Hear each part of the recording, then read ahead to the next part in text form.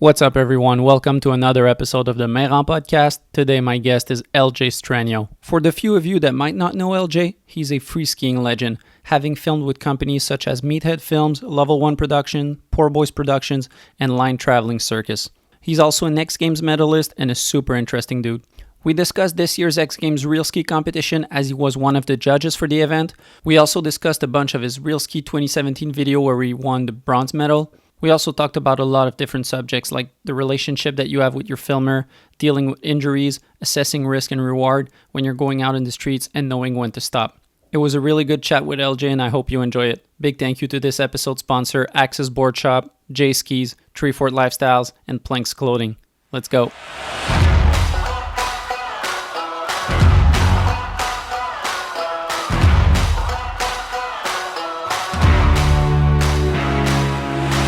Mr. LJ, welcome to the podcast. Thank you so much for having me. I'm glad that you're coming on. Yeah, I've been a long-time listener, or I guess since you started pretty much, and enjoying the show, so it'll be cool to get to be a part of it. So what have you been up to lately? Right now you're in Portland, Oregon? Yep, I'm just getting home after kind of a mega trip of traveling, which has been really tough this year. But I've been hitting way more urban than I expected for a 32-year-old, which is how old I am now. But I did a long trip with Tom Wallish and Tucker Fitzsimons, hitting urban that went more crazy than expected, but went well. And then I just did a long trip with the Traveling Circus guys for that Until a Friend tour, and that ended up being all urban as well, which is unusual for Traveling Circus. So I'm ready to switch it up a bit. Dope. Yeah, you're talking about still going hard at urban at 32. Tom is older than you and he's still going hard. Tanner just dropped a real ski segment at 37. What makes people still do urban in their 30s nowadays? Like that wasn't the case 10 years ago. Yeah, sky's the limit, baby. I mean, I used to look at like Jeremy Jones when he was like getting older, and like JP Walker, whoever, doing stuff. Just we haven't had there hasn't been that initial generation that has seen how far you can go, and if you're smart about it, you can definitely do stuff for quite a while. And I think also it's so fun. It's hard to move away from it. At least I think we're maybe the first generation of skiers who were strictly urban skiers. It's so new that there weren't people that were dedicated only to that before us, really. So, I mean, I don't know how much more I'm going to do. Like I said, I was surprised that I did as much as I did this year and that we went as hard as we did. But, I mean, I think you could go for a while. My running joke with Will Wesson and Tom Wallish is who's going to go longer. And I think one of them will definitely be in their 40s hitting urban rails, which is a crazy thing to imagine. But, if I'm in my 40s and hitting urban, kill me.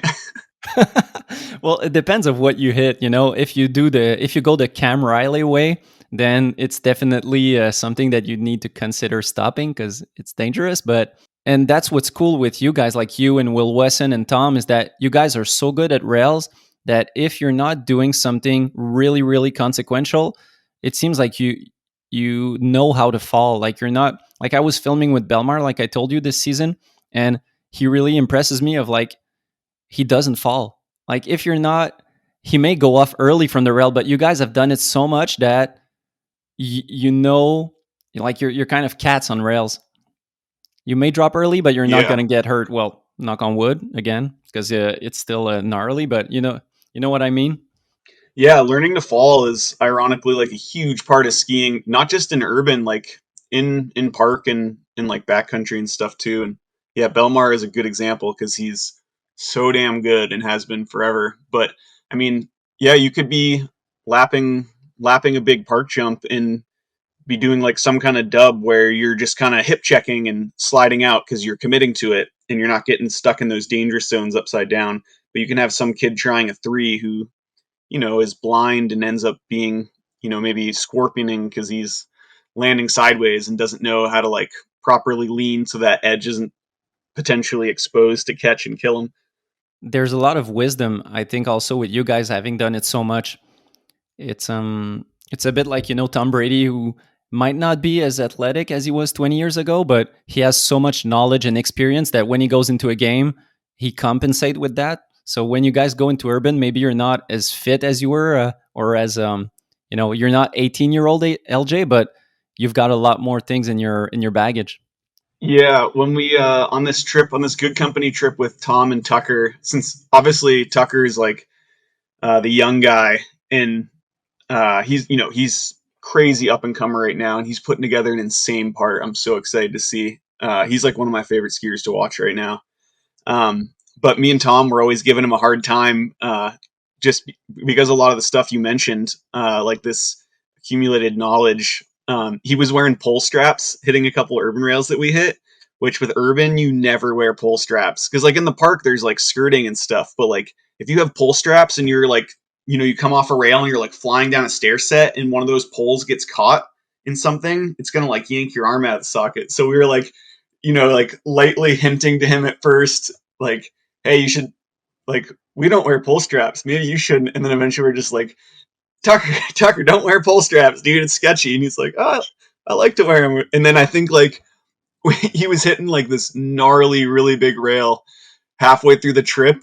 And it was one of those scenarios where you're like flying down a stairwell when you come off early. And he was like, oh, I see why you guys don't want to wear pole straps. Like, my like poles were like bouncing all over the place, like right in my face. He's like, I'm not gonna wear them anymore. And we're like, yes, that is it.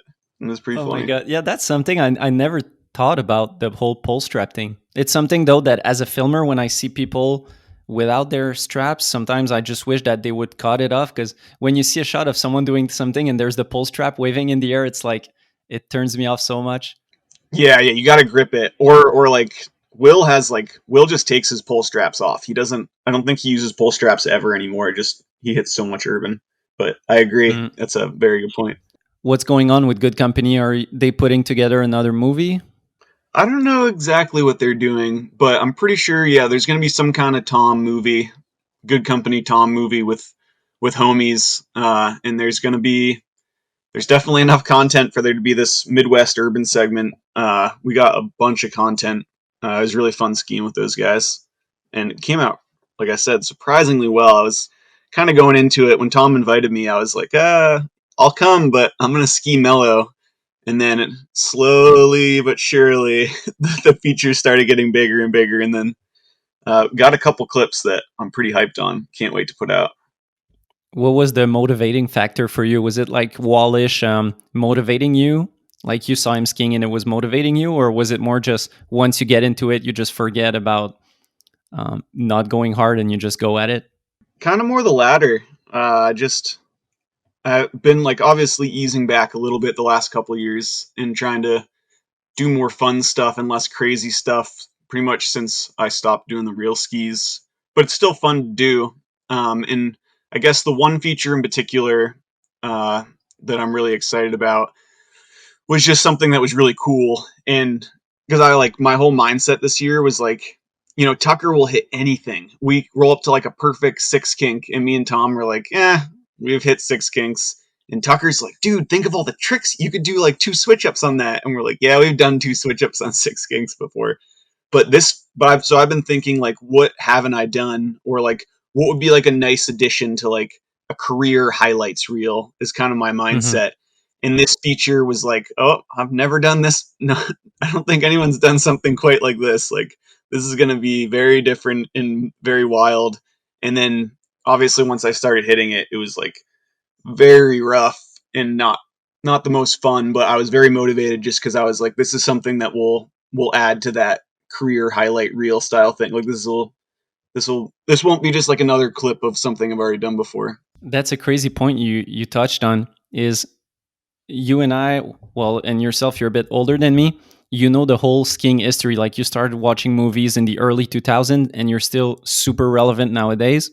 Not only have you done hundreds and hundreds of street spots, but you also know what has been done. So when a younger kid doesn't necessarily have that history in mind, you're like, yeah, well, Tom Wallish did that in 2008, so that's already done. How do you get How do you still get creative or still stoked on doing urban when you know all that has been done? Yeah, that's one of the things. I mean, that's one of the reasons some stuff doesn't excite me as much as it used to. Um, I think though urban is like so crazy that there's like still so much crazy stuff that hasn't been done.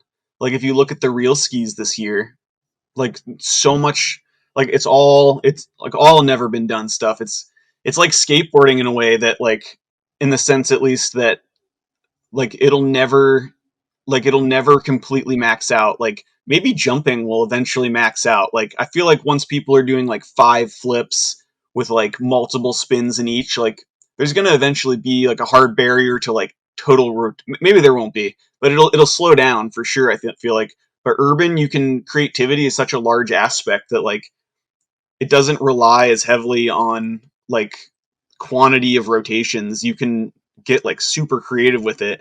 And I think that's cool. Like I think it's like that step back from like the stepped style of urban, which was really sick and needed to push skiing in like the go hard perspective. But like I feel like then it started getting more creative because you can't jump off stuff much higher than like Cam Riley's parking garage thing. Yeah. But then obviously we've seen like a pushback in the other direction, and I think it's going to keep the hand swings back the other way or whatever the saying is. Yeah. So I think that's what keeps it exciting and interesting for me is that there's a lot of different ways to go about it, and so there's a lot of stuff because I think novelty, like action sports, are all about doing stuff that is new or hasn't been done or hasn't been thought of, and so I think urban's like a nice medium for that because you don't have to go bigger to do something that's really cool and has never been done. Yeah, you're right. I agree. And with the jump comparison, is that what I think is for a certain trick, like let's say a triple 14, there will always be a perfect jump to do a triple 14. There's not like 25 variations of jumps. There's the classic nice jump. Whereas for, I don't know, a 450 on, then you could apply it to like 100 types of street spots. So then for the same tricks, Yeah, there's a lot of ways to go about it. right. And I think that's why backcountry parallels urban in a lot of ways. And when you see people wanting to like put a segment together, it's backcountry and urban because that jumping, that like I wouldn't. It's not even a critique of jumping. It's just a reality of like hitting perfect jumps and doing perfect tricks. I think backcountry kind of mirrors that like lack of perfection and creativity aspect that you find when you're trying to like build a backcountry jump to do those tricks, and it kind of brings that element back in. And I think backcountry skiing will be less stale because of that compared to like park skiing. It's like Tanner's quote: "Perfect this, perfect that." Mm-hmm. And now it's time for a first sponsor break. Treefort Lifestyles is a company based out of Oregon. They've been involved in the ski industry since their inception in 2011 when they made their first pair of suspenders for skiing.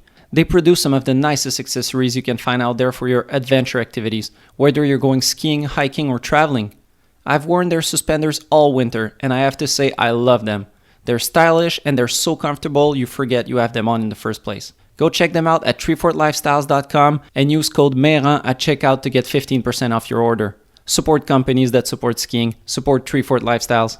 It's a good way of seeing it of when you're doing an urban rail, people might see it. People who've never done it might see a down rail and say, oh, I could do that tricks that I do on the park. But anyone who's done urban knows that even if it's a down rail, it might be crooked, it might stick, it might look easy, but anything in urban is not easy. And it looks like it's the same in the backcountry where it might look like a nice booter, but the landing might be sketchy, the in run might be sketchy.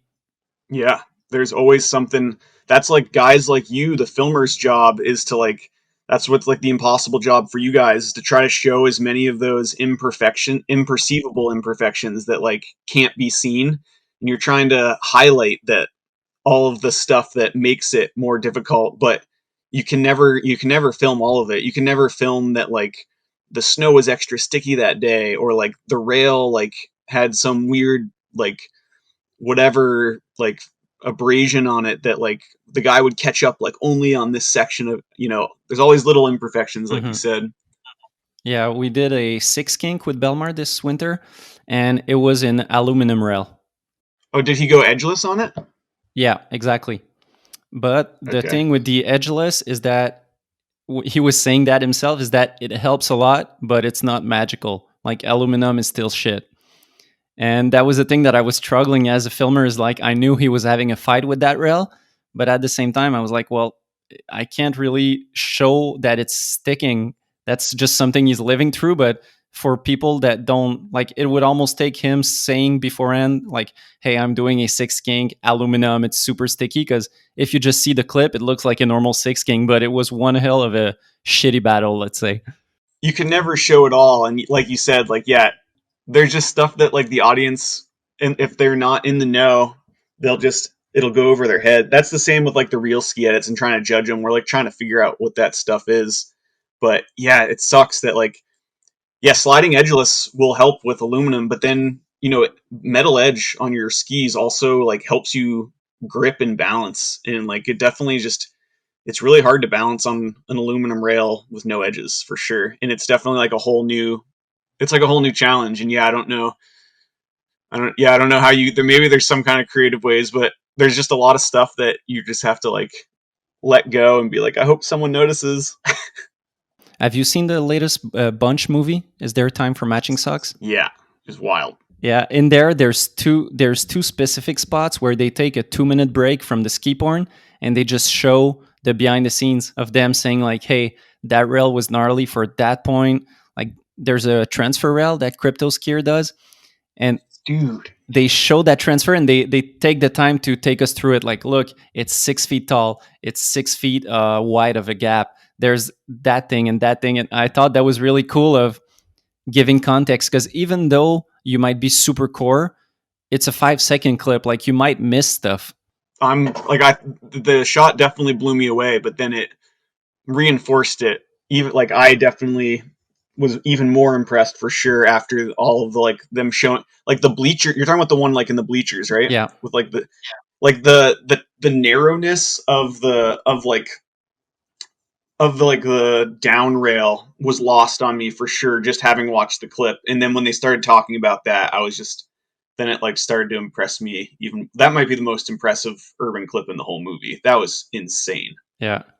Also, though, also the forget is it Magnus and someone else that other the drop from the container the one the snowboarders did too. That Hmm. one was also that's probably the other one you might be referring to Yeah. was also absolutely insane, and it looked like it slid very very bad, which is like looks like the worst rail to have concern about how well it slides. And what I thought was really cool is that it shows that if you only see the made, I don't know if you call how do you call that? If you only show the make where he gets the trick, you see Magnus and you're like, oh, he's so good or whatever. And what I like about that part where they show the behind the scenes is that the point is not that it's a matter of talent. Urban is a lot of mind game. You see him on top of the container thinking about it and seeing how he can get his mind around committing to that gap. Like he's saying it's not like if I was doing a cork 5, I think he says if I was doing a cork 5, I wouldn't be seeing what I'm doing, so I wouldn't be scared. Whereas the way I'm doing it, I'm seeing everything and it's scaring the shit out of me. Yeah, totally. Yeah, I liked that part specifically too because I could. That's very relatable what he was describing. Like if you ski enough park to have been in that to have experienced that, you like can totally relate to that. It's definitely kind of a moment where you're like, yes, yes, I know exactly what you're saying. That seems terrifying. Which I think what they were going for. They wanted to be relatable, like maybe not relatable, but understandable, or like they want you to empathize, be able to empathize with them. Yeah, same. It was something that really stood out from any ski movies I had ever seen. Yeah, I think it's the best movie they've ever made. They've been all over the place doing different kinds of stuff, but I think they're just really talented, and like they obviously have like a unique style to a lot of stuff they do, but this was definitely it was very well made. Well, what got me is just different ways. It was great cinematography from Payban and the other filmers involved. It was great skiing, but it was just a way of bringing it to life. Like, their Payban told me they called that segment the health gang segment, where they like throw fruits and everything. It's so Yeah, random. It's such a thing that I would never think of doing, but it's so damn like it's super the bunch. yeah. I'm curious to hear actually as like I would be curious to hear more of your take as like a from like a filmer aspect. It seemed like it was like their best year, or like the cinematography seemed like it was very standout.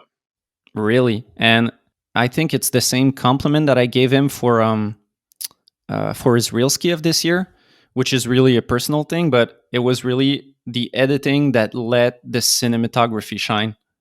You know, in his real ski, there's a lot of slow shots, but it gives time to appreciate the cinematography. Like Yeah, sometimes you may have a really great shot, but if your editing is super quick, then you're just not getting the time to see it for what it is. yeah, Like yeah. Agreed. one of my favorite shots is Alex Hackle's switch 5 hand drag to revert. Dude, the first clip Yeah, where with the dude, I was just gonna say the same thing. Yeah, it's the in run shot, and you see a church, and you're just like, oh, that's a nice, beautiful shot of the church.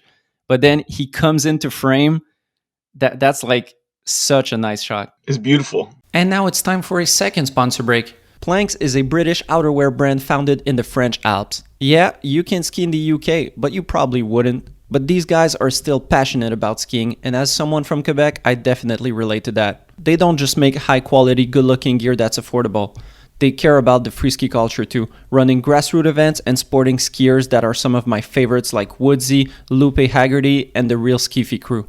Make sure to check them out at planksclothing.com. Support companies that support skiing. Support Planks Clothing. So yeah, I guess we can move into the Real Ski 2021 because you were a judge with Mike Hornbeck, Yep, Kai Krapella, JF Fool, and Tom Wallish. yep. Tell me about it. Tell me all about it. What was your experience like? What was it looking at the videos the first time? Which one was your favorites? Yeah, it's interesting. I really like the judging is always all over the board from the start of this contest.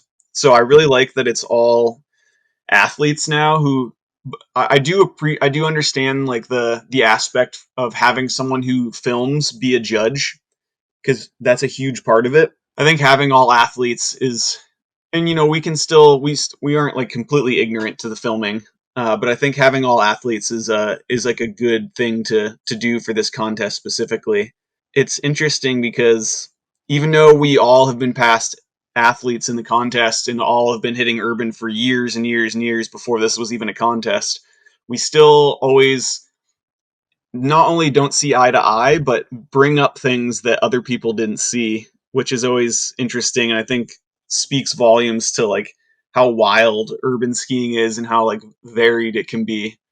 Um, Do you have an example of that? this year, someone didn't notice, you know, so we did one of our talks before we had all watched them a bunch of times. We hadn't decided anything yet, but one of our initial talks we had done, someone didn't even notice the first hackle clip was so well done that it didn't even, I can't remember who it was, didn't even realize like where did the car go. It was like over their head. They were like, oh yeah, like he was behind a car. It was so smooth that Yeah. they didn't even notice that like the camera, like I just remember they were like, oh wait, he was towing him behind a car, and then did the car go through the hole? Like it was after like a first couple of watches, and they were like, whoa, mind blown. uh and then like actually Paybens in his real ski that he won silver, it took me like 5 or 10 watches before I noticed that he did this 2 on, that his tips went, I think his tips go under, you know, when the tips go under on like Yeah. when he's getting onto that one rail. Yeah. His tips go in between two rails. That's what it was. So he does like a 270 on nose in between two rails. Yeah, it took me a long, I'm like embarrassed how long it took me to see that. And we actually had talked about it once, and I was like, I think maybe I didn't even say anything when we were talking about it, but I was like, oh man, I didn't notice that at all. I was like, and that's when I started watching these, like, I do like slow mo watches now. I do like, we watch them a bunch of different ways, and I do like a slow mo run where I watch all of them in like super slow mo now. Uh, I just try to watch them like every aspect possible, which is maybe debatable whether you should do it because it's not the intended viewing that they want you to see it. But I want to, like, you know, you want to get every little detail, but I don't hopefully miss anything that obvious. I mean, it was still very sneaky, but Yeah, there's a lot of things to be missed. Like every time I watch it with someone who isn't as knowledgeable as I am, like someone not as core who just enjoys park skiing, I always feel like I need to chime in every 2 seconds to say like, hey, take it, like notice he's gonna do that way. That's super tough because there's so much fine details. Like last year, Mango had in his part a 270 on pretzel where he was same thing. He was putting his skis in between a really narrow spot and he was basically sliding with the tail end of his skis. Yep. And that's something so gnarly. Like if you just look at it quick, it's a 270 on pretzel. But the way he does it, it's not only was it never been done before, but I've never seen that. I've never ever seen that. Or maybe Will did it at some point. He probably did because he's crazy. But No, I think you're right. I know the clip you're talking about, and it's interesting too because that's a good example of something that hasn't been done, but it's obviously like influenced, or like I think derivative sometimes has a negative connotation, but it's like influenced or derivative of like other stuff similar that's been done, but that specific thing hasn't been done, which I think is cool to like to see how things have been influenced. But that clip in particular was really sick. That also think saying derivative and the negative connotations reminded me too that it definitely bums me out that I think this contest is like one of the coolest things in skiing, and like it sucks like going on New Schoolers and seeing an article about, instead of being like, oh, like this dude got first and this dude got second, there's like the whole article is about like how controversial the third place was. Like, do you guys think they got third place? It's like, I don't know, everyone loses their mind that like it's all this negativity, and it's all about people are just critiquing and critiquing and critiquing these. I mean, I understand that's part of the contest, but it's funny that uh you would never see a slopestyle event where the whole article is about how like how bad like if they screwed up first place for sure. Like like the Henrik Knucklehuck thing, I yeah, read that's what some I like was people about are to bummed say. or annoyed. But like I don't know, like it's for something that's so subjective. Urban is like probably one of the most subjective parts of the sport, to like have the whole thing be about like, I don't know. Yeah, I hate the negativity involved. Like I critiquing is definitely obviously inherent to judging an event like this, but like all the negativity involved is, I don't I don't know. It's still like some of the comments when I did my first one, and obviously there was like some I still sometimes see, and it's always so flattering that people are like, "Oh, like LJ should have done better." Some of the negative comments in defense of the other persons were like still like are still like such a knife in the ribs. Like, Yeah, I really agree with you that there's a lot of negativity. And that's something that I think is a bit of a bummer because the reason, in my mind, the reason Real Ski is a competition is because there was 10 years of positivity leading up to it. Everything that was made was received with positivity. Everyone was stoked. Like if you look back at segments from Step being put online 7 years ago, 8 years ago, it has 100,000 views, and that was because people were spreading positivity and being stoked on it. Whereas nowadays, it seems like, yeah, people, I don't know if it's being entitled or being I don't know what's the good wording of it in English, but having too much good stuff where you're kind of losing kind of appreciation for how much people are putting out and the effort that's put in it. yeah, um, that was one of my thoughts seeing that, is that if Real Ski stops one day, it'll be because of that. Because I imagine myself being a producer at ESPN and seeing the news coolers comments, which are supposed to be like the core of the sport, and you see everyone's like not really stoked. So you're like, well, why are we doing this? yeah, What I think is that sometimes it's a matter of like a silent majority, or maybe there's a minority of people who are really picky, but you don't get to see that there's a majority of people who are really stoked, but they're just not going and writing a comment on the internet, you know? yeah. I think you're really right about that. I mean, that's the case with, they say that's the case with all sorts of stuff you see on the internet. Even outside of skiing, like political political arguments online and stuff too.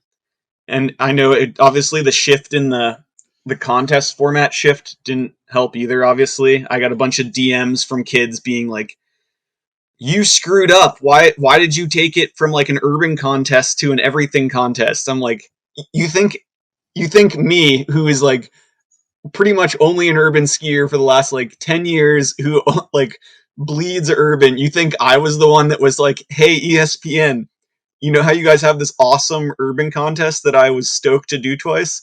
Yeah, you guys should make it like a not urban contest. And now it's time for another sponsor break. Axis Boardshop is a ski and snowboard shop based out of Saint-Sauveur, Quebec, Canada.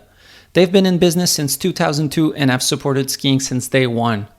From sponsoring numerous athletes to putting on competitions to helping out movie productions, they've done it all. Axis is the core board shop and they've got everything that you might need this season. Check them out at axisboutique.com or go check out their shop in Saint-Sauveur. Support companies that support skiing. Support Axis Board Shop. That makes me laugh going on New Schoolers when I see people have theories, but they're phrasing it as if it was facts. They're like, yeah, I think well, it's not I think, it's ESPN did this because of that. And you're like, oh, so you're in the know. Like, anyways, there was like someone saying, yeah, Tanner won the bronze because he's on Armada. And I was like, oh, okay, yeah, tell me about that conspiracy theory. I want to know about the Armada Illuminati. Yeah, dude, I read, especially in the winter, I'm definitely reading all of that stuff too. And I read all of those theories too about why Tanner got third, and they're all wrong. There's no, like, the dude that runs Real Ski is also the same dude who runs like a ton of these different events. It's Chris Schuster, and he is the man. And he is like such an advocate for our sport.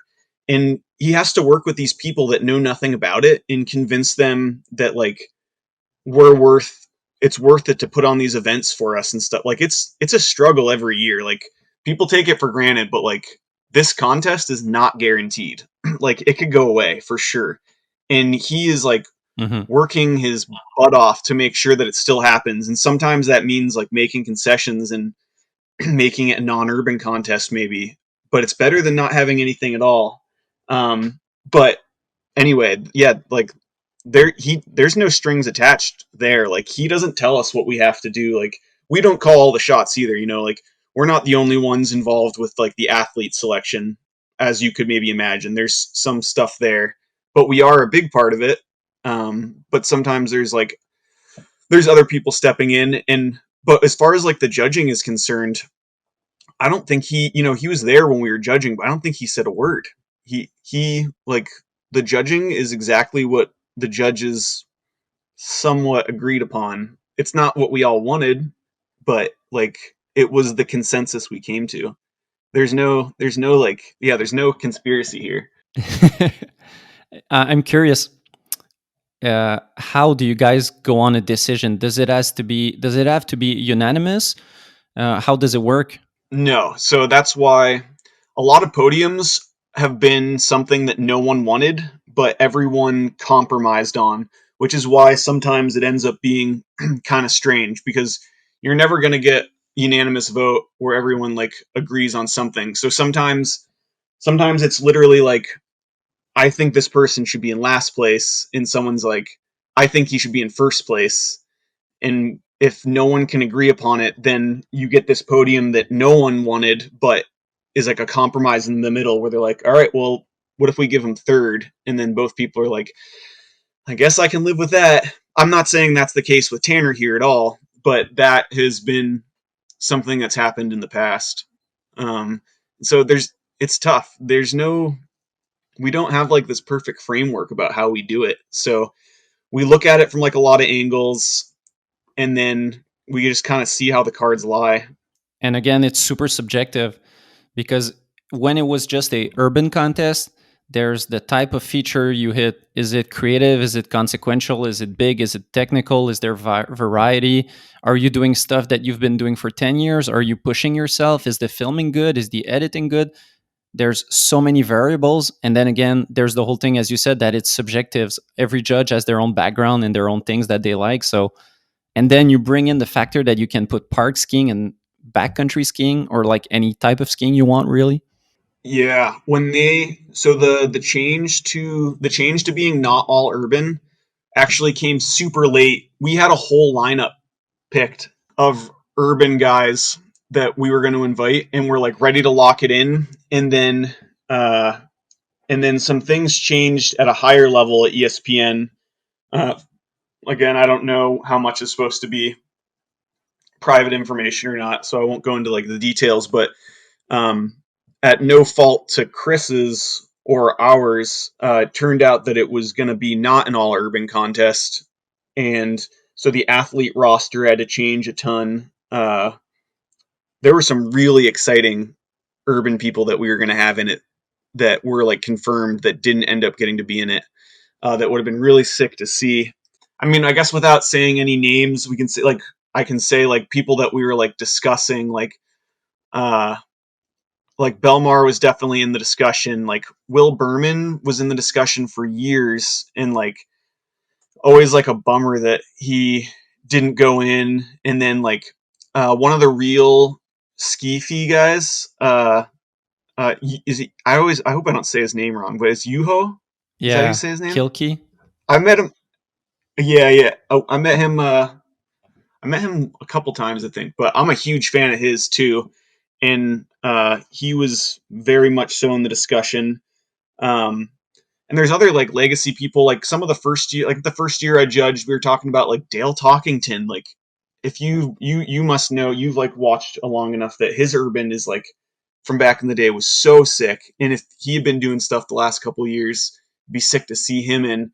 Like guys like Cal Carson, like how has he not been in this contest yet? And I would love to see Dylan Manley. I'm a huge fan of his too. I would love to see him go in. There's like, I mean, the list goes on, and like all tons of like the Euro guys too. That I don't know. Yeah, there's like a million people, and a lot of them, a lot of people I haven't mentioned also will probably get invites in the years to come.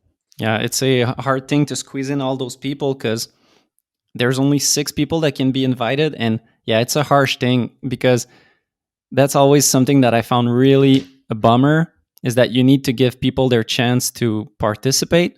But also looking back at silver medalists like JFO, Emile Bergeron, Antti Olila, Payben, they all made extremely good videos. And I was like, oh man, they're not going to come back next year. Dude, I think about that too. When like, yeah, sometimes you just get one shot, and then you like are never gonna see a real ski from him again. It's it's crazy because of that. I remember what I was gonna say. This might seem like a tangent now, but the change in the format. Well, in judge, we were talking about judging a little bit, and the change of the format when we were told that that was going to happen, it was really late. It was like in December maybe that we found out that, or no, it must have been before that because they were probably already filming by then. But anyway, we discussed it, and I was like, we're gonna have this apples to oranges scenario. No matter what, if you have a contest where we're comparing a potentially all street segment to a potentially all backcountry segment, there is like not enough of a common link that we can like effectively judge it. And I was like, does ESPN know that we're gonna have this task of potentially judging two videos against each other that are not comparable at all? And it was just like it was just, yeah, that's probably going to be the case, and you'll just have to deal with it. And that's Yeah. kind of some of what went along with our judging this year, with Tanner's edit, and because I know that's the controversial one, and just like looking forward with the contest, because I feel like people didn't get the memo when these were ESPN maybe should have, or maybe didn't realize how important it would be to advertise to people that this is not an urban contest anymore. Real street ski or whatever is no longer a contest. It's dead. Like that's what Hmm. people, if people went in with the mindset with like that contest ended and ESPN is now holding a new contest by the same name, real ski, but it's just a video contest. I feel like Ferdy's wouldn't have gotten so much. I feel so bad that his got so much hate. I was a fan of his. I was worried they were going to use it because he got he got talked trash on for having that part clip. But in my interview before anything was released, one of my critiques was like, I wished he put more. I was like, it was random to have one park clip. He's such a good park skier. I wish he put more park clips in his, because I was like, this isn't real street anymore. This is make a video. And I was like, what is Ferdy good at? He's damn good at. We didn't invite him because he's an urban skier.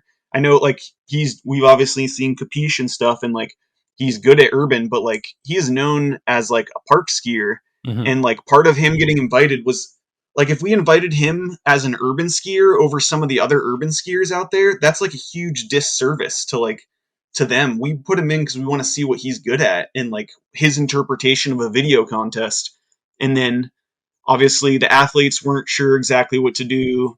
And obviously all of these people talking on the internet are like, that's not an urban edit. It's just, I want to be like, it's not an urban contest. I want it to be. I wish it was, but we can't think of it like that. And when Tanner has a bunch of backcountry that's really sick, we can't, I'm not going to like, we can't like discredit it because it's not urban. And now it's time for another sponsor break. J Skis is a company based out of Burlington, Vermont. Their business model of making limited edition graphic skis that are sold online directly to consumer is super dope. As a fan of original graphics, I love it. They put a lot of effort into making great skis, but also in making them look super good. I finally had the chance to try out my vacation skis this spring, and I gotta say, I love them. They were so playful that after shooting a jump, I had to go in front of the lens and hit it myself. Knowing how much time and effort Jason Leventhal and his team put into each ski they produce, I'm really looking forward to their upcoming releases. Support companies that support skiing. Support J Skis.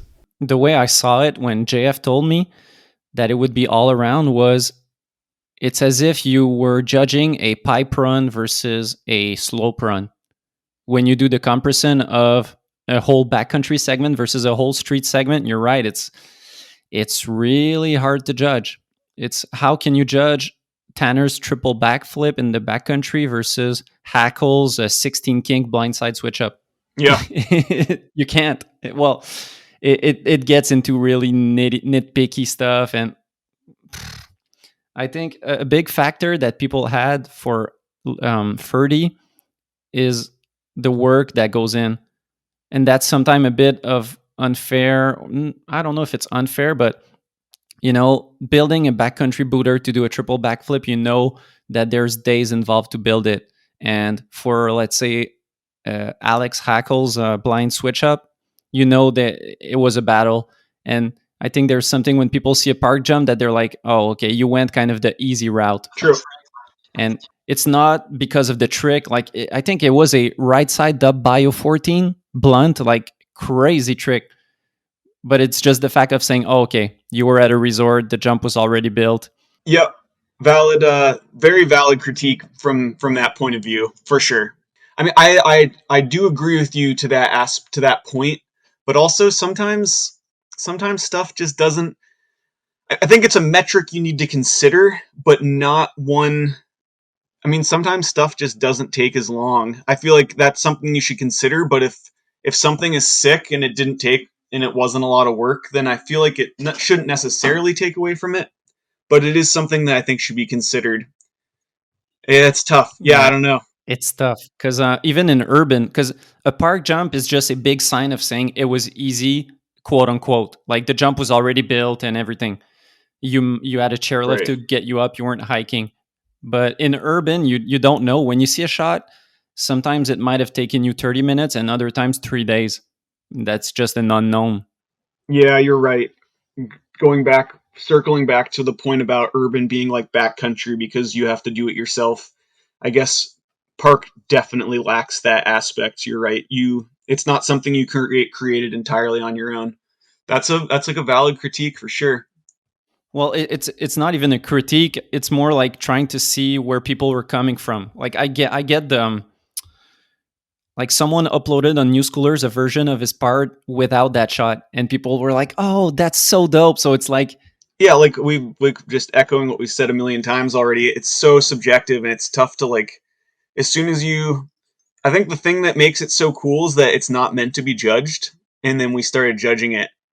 And it's cool. Like X Games is like the end all for our sports. So it's so cool that they've recognized that it's so important and included it, but also it's also kind of a little bit soul sucking in the same way of like having free skiing, which is the sport that was supposed to be the anti-Olympics, go into the Olympics.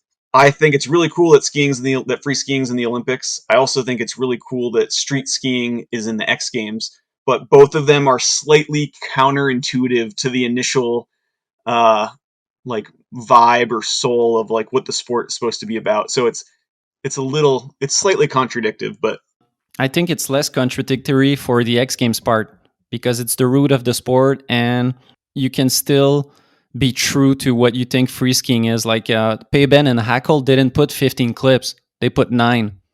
They did their thing, and they did the whole direction of the video how they wanted. Versus when you're in the Olympics, you gotta stick to the team program and stick to the drug test or whatever. So I don't mind the X Game Real Ski Contest, like the whole corporate thing. I think it's really the best thing that could happen to street skiing. If you want to do it, you have a platform to maybe win big money and have big exposure, and then no one's forcing you to do it. Like if you want to do your solo project and put it on YouTube, you can still do it. I agree with you. It's been so good for the sport. It kind of just sometimes it feels like taking like a Monet painting, a Salvador Dali painting, and a Picasso painting, and then putting them in a contest and ranking them from best to worst. It's like, oh, they're all so good. I don't want to, but I think you're right. It's more about the platform that X Games provides in having people see them, and we just get caught up in people get caught up in the part that should matter less, which is the placements.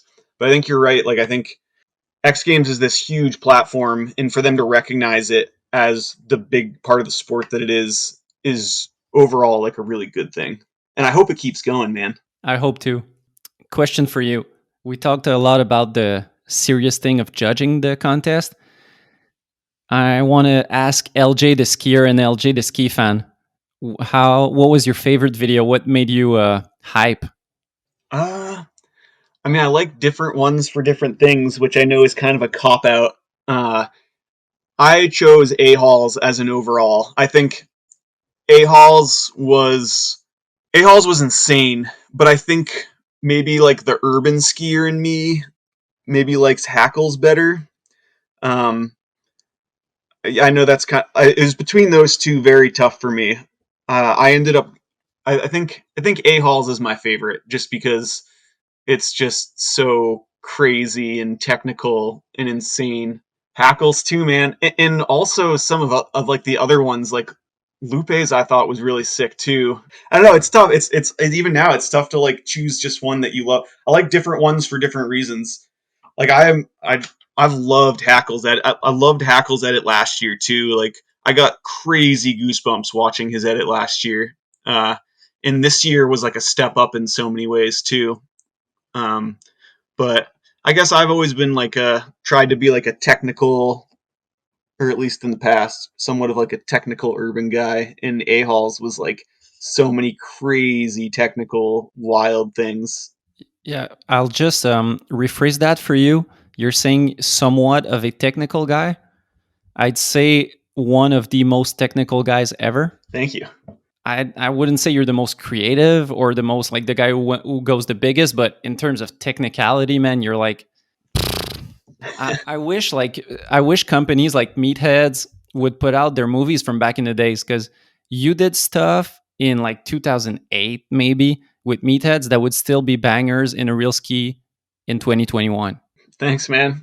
Yeah, but that's another thing we always think about. I always think about is like when I started doing this, there was no X Games real ski. We were just we weren't getting anything out of it. We just thought it was really cool.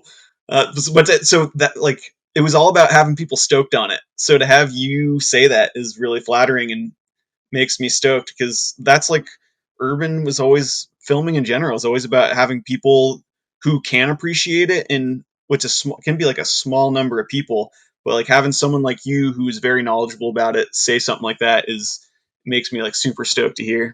So thank you. Thank you for entertaining us for so long. Like I posted on Instagram a photo of you filming with me, Ted's doing a dub 12 over a whale sculpture. I remember seeing that back in the days, like at IF3, and everyone was like shouting, like not believing what they saw. And just posting that photo earlier, I was like, yeah, that could be a ender in a real ski this year. Like, what are your thoughts on that? No, but it's on one side a compliment, but on the other a question for you of there's stuff that don't. There's the whole thing of things that have been done before, but there's also the whole thing of there's some stuff that will be all time. Like you could do it in 2030 and it'll be a banger. Or like Hackle did a dub 7 this year. Last year Mango did a dub 12. And I was like looking back at that photo, and I remember vividly that shot. That was gnarly, man. Yeah, it's funny to frame things like that, and those are the kind of clips that I think it's really in a sport that is like constantly evolving. I think it's really tough to have stuff that would like stand the test of time, kind of like I think you're saying. And you never really know, you don't plan them to happen, and then kind of you look back. It's when you look back like retrospectively like that and think like, oh, that still seems like pretty cool, even though the sport has progressed so much since then. So yeah, I don't know. I feel like those kind of clips just kind of happen on their own, and it's cool to like look back. I don't even like. It's so hard to even like remember. Like I just remember like little vignettes from that day. I remember like Ross and Bergia hitting his head on the whale tail because he didn't clear it once and got super concussed and had to go to the hospital. Uh, but and we were like asking him. I was like, "What day of the week is it?" Or I was like, "Ross, where did you grow up?" And he was like, Tuesday." Like he really wanted to keep skiing, but he had a really bad concussion, and like he was just like so out of it. But I don't even know where I'm going with this. But yeah, I feel like you have all these shots. It's like any other clip that you get, and some of them resonate with people more than others. And then years later, it's sick to like be like, oh, that clip was one that a lot of people remember, and it was like ended up being iconic or something else for this reason or for that reason.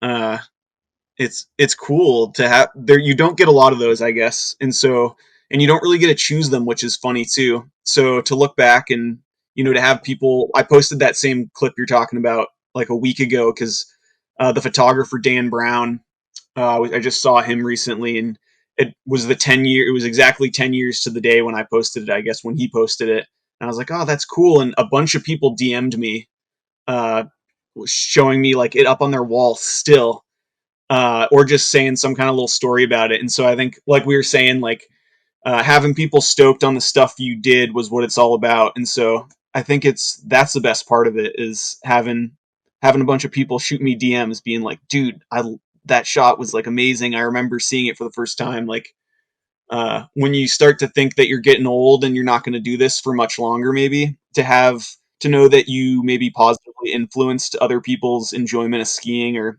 something is like very very satisfying.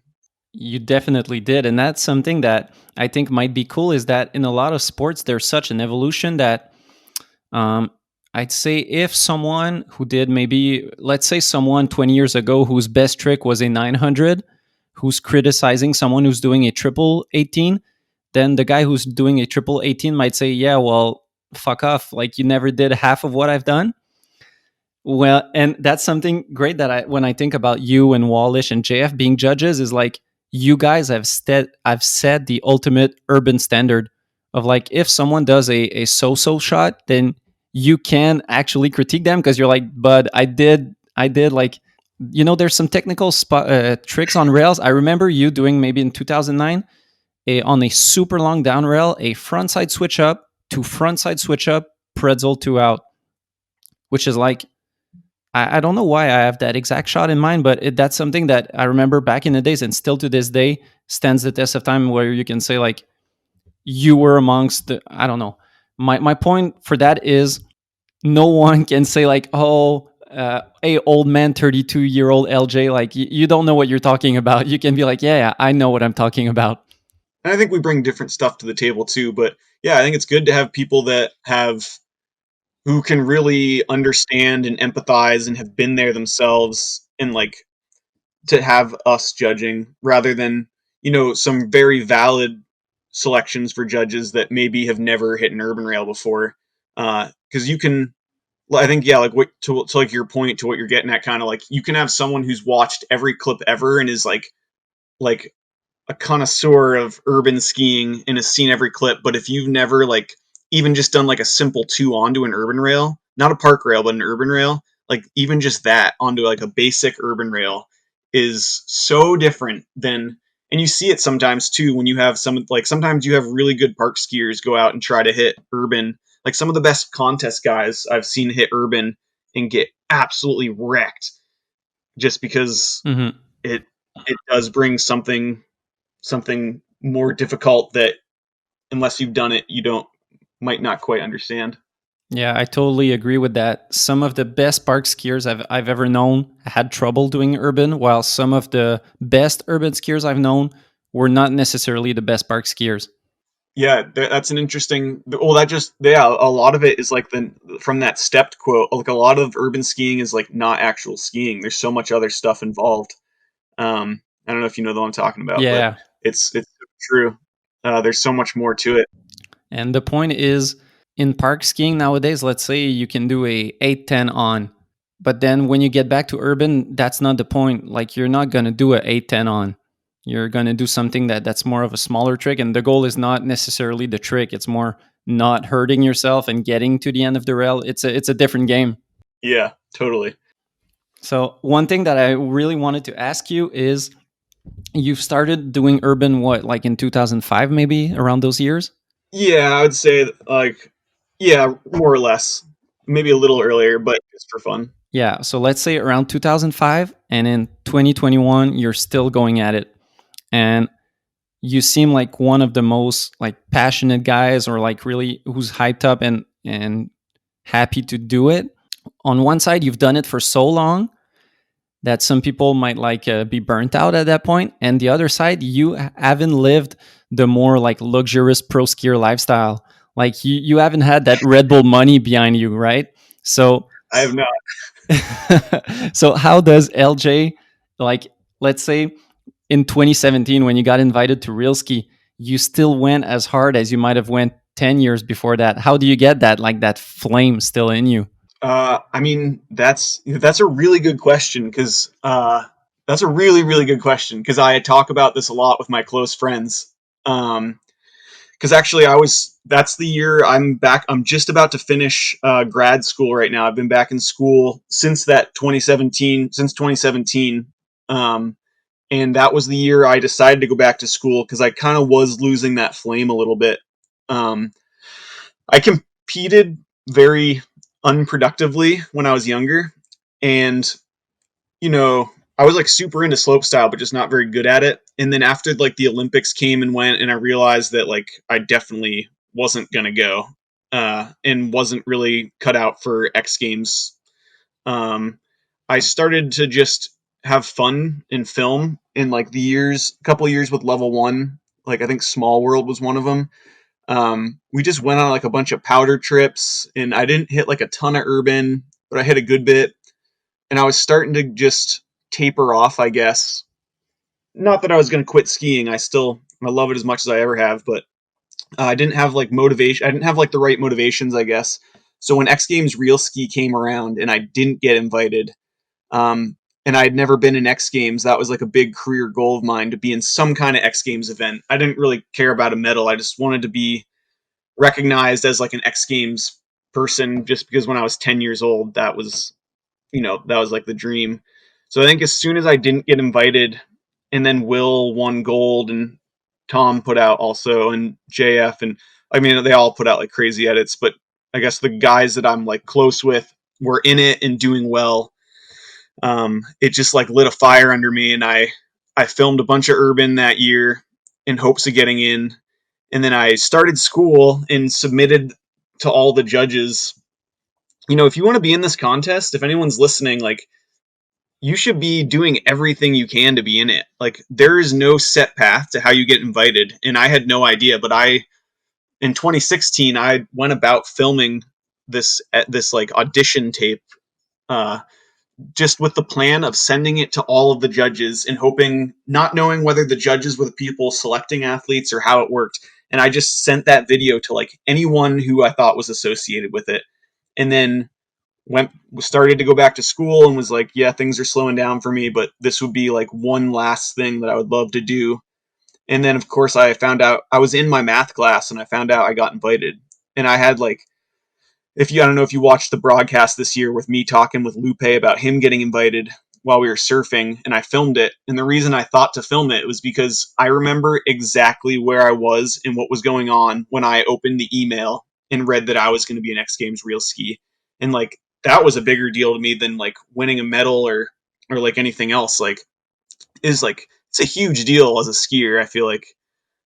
So just I think the opportunity to be in some kind of X Games event and potentially win a medal just like lit a fire under me, and like that's the hardest. I would say I was like getting weaker and weaker as a skier from like 2014 to 2017, and then when I got that invite, that's the hardest I've ever skied. I don't know if it was when I was at the best of my skiing. I think I was starting to get a little. I've definitely my skiing has decayed slowly, and I've had to get more creative the last few years. But regardless of whether my skiing was starting to drop off yet, it was definitely the hardest I've ever skied, and uh, I think just that opportunity. That's why, like, yeah, I hope X Games Real Ski keeps going because, like, you listen to me rant about how excited I was to get to do it, even though I was like starting to mellow out. Yeah, well, you have a great point.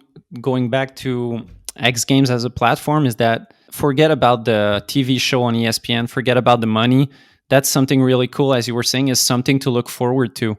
You know, as filmmakers back in the day, IF3 was a platform to look forward to. We weren't getting paid, we weren't getting anything really when we look at it rationally. It was just an event, a platform to look forward to, and at the end of the day, it was a cinema packed and a showing. That's it, but it was something. It's and that was enough for us. And maybe that gets lost. It's good that these younger kids have like the aspiration to be an X Games real ski, but it's good to remind them too that like, hey, we didn't have like we were going just as hard as you were for our time, like for our time when we were your age, and we didn't have like X Games to go to. We did it because we loved it. You should be doing this because you love it too. But I think it's also a good point too. Like I think it's really cool that X Games gives medals to the filmers because I think you guys are so underappreciated with what you do. Obviously, we were just talking about this like filming contest that you were you were doing recently, and like it sounds like you put in like a lot of work uh, to make that happen. I think it is something the athletes we complain about the skiers getting under recognized, but what about these filmers that are out there like all day, like working just as hard? Obviously, you don't have the chance of getting injured, but like, man, like Jake, my filmer, he worked his butt off in some crazy cold temperatures, but it's really cool that he can say he's an X Games medalist and like Yeah, probably something that he gave up on very early on as a kid, when he started filming and still loved skiing, but was like, hey, I'm never going to be in X Games. Well, it's cool that he found another avenue and now he's got that hardware. yeah, that's something that I was giving major props to Payben for. Is that urban skiers? The common denominator for urban skiers a lot of the time is going at it 110%, giving it your all, like in terms of shoveling for a day, trying it for 2 days, risking injuries. And what I loved about Payben is simple things like doing follow cams, because people might not know. But if Hackle tried it 200 times, that means Payben hiked up with his glide cam and everything 200 times. And yeah, as you said, there's no risk of getting injured, but man, that's dedication, and that's something that I respect a lot of him doing, like taking the energy to put in as much effort as the skier. Yeah, I totally agree. And I think it's so cool that Payben has multiple medals from both sides of the camera. I think it really speaks to how talented he is. And that closing shot in particular, how many times they had to hike that. And what if he screwed the shot up? Can you Matt like what if he screwed the shot up, dude? Can you Yeah, imagine? It's crazy. I don't want to, and that's something he was telling Yeah. me, is that he had an agreement with Hackle of saying, "Hey, this year we both can mess up. Like I'm gonna try as much as you're trying stuff on skis that you might mess up. I'm gonna try stuff behind the lens that I might mess up. So we gotta both like be okay with each one messing up." But that's crazy because that's like the ultimate of what filmmaking and skiing is about to me, is like both side trying to do the best thing they can, like not only in front of the camera but also behind it. Yeah. And think about it from this way, like oh, we both can't mess up. Think about it this way too. The urban skier gets to fall. The urban skier gets to fall over and over and over again, and then the filmer has to perfectly film every single one. Like the filmer can't miss a single shot. like the filmer's not yelling at the athlete if they don't get the rail like first or second or 50th try, but if the filmer doesn't get it on the try that the athlete does, like you're done. You're never fit. Like it's game over. It's Yeah, so unfair. well, it's the name of the game, and that's something that, yeah, I've always had in mind and took pride in, is that not fucking up shots, because I know how much the guys are working hard. It's like I can't do that to them. Yeah, but it's a lot to bear on you. Like Yeah, I don't know, it's a and lot of responsibility. and that's why, as a filmer, sometimes I went the less creative route on certain shots, because, as you said, there's way less risk of fucking up a shot on a tripod versus doing a follow cam with a glide cam. So it's like a balance of, okay, this guy's doing something really that he might only get once, so maybe I'll go with the tripod and like be safe with it. Right? Yeah, that's it's a huge consideration and like a smart one. A lot of times, like obviously you want him to have the coolest angle you can, but like if it's yeah, it's a risk reward thing that sometimes isn't worth it unless you're pay Ben. Well, unless, yeah, that's the ultimate trust between filmer and skier. Yeah, and they have a good. You as you I'm sure know, like you develop like a strong bond with these with you. It's just like it's like it's a soul bond that you've like just really been through so much together. I feel like you were talking about Vince, like you who we've both filmed with, and I'm sure you guys have these memories, like certain nights and stuff, with that'll just are like seared into your brains for life. I'm sure.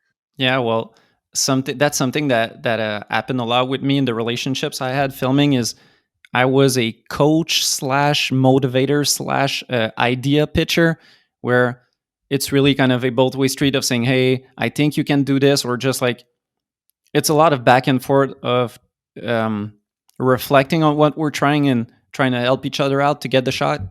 Yeah, totally. Yeah, it's you're not. Yeah, I always say the same thing. You're not just a cameraman. You're a caddy and a shoveler and a driver and a mentor and a psychologist. And a lot of times you're saying stuff or doing stuff, whether it's like building the lip or recommending someone go faster or something that could get your really good friend very, very hurt, which is really heavy to take, but it's stuff that a lot of times goes unrecognized. Like there's definitely things like I can guarantee right now, just knowing the filming you've done, you've said something that has like kept one of your homies safe. You have made some kind of recommendation as a filmer that guaranteed they were going to do something that was maybe sketchy or was going to like, they were going to like come up short on a gap or something. Not even knowing anything in particular, but I'm sure this scenario has happened where you said something and they ended up maybe doing something slightly different and they would have gotten super injured if not. And that's just like the day. That's like every day with being a filmer and an athlete.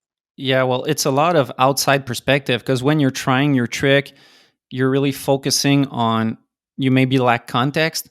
Whereas a filmer, you see everything. You see the in run, you see the landing, you see, and you're not pissed, you're not tired, you're just seeing everything for what it is. So a lot of time, how I see it is, I recommend maybe a 1% change, like you said, in terms of speed of Right. the lip, of how you throw your rotation. And then, yeah, I try to be humble and just say, hey, do you think that could help? And yeah, a lot of times it ends up helping. So that's a nice plus when you get the session done and you know that you've helped along the way. Yeah. Yeah. Definitely.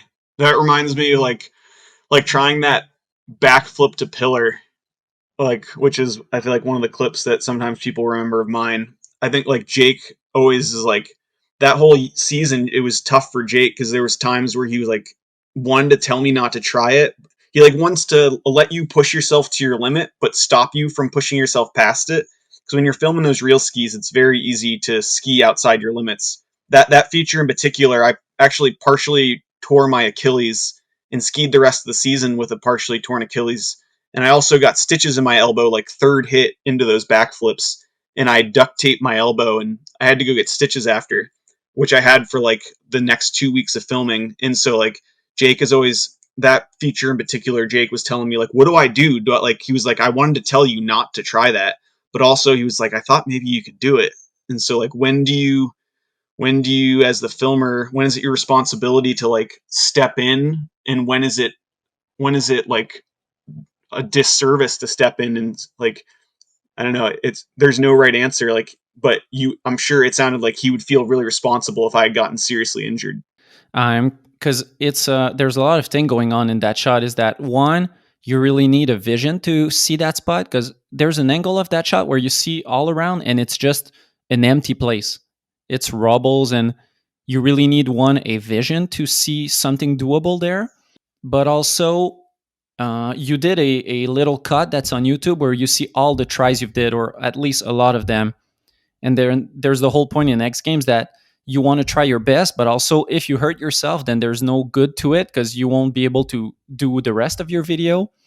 And man, there's shots where you kind of lose your breath, and you kind of, it looks like you're choking Yeah. almost. How do you stay, like, when for you was the point, or how do you go about it mentally in a urban battle of saying, do I stop and move on to another project, another spot, or do I keep trying? Is it worth it? That's a good question.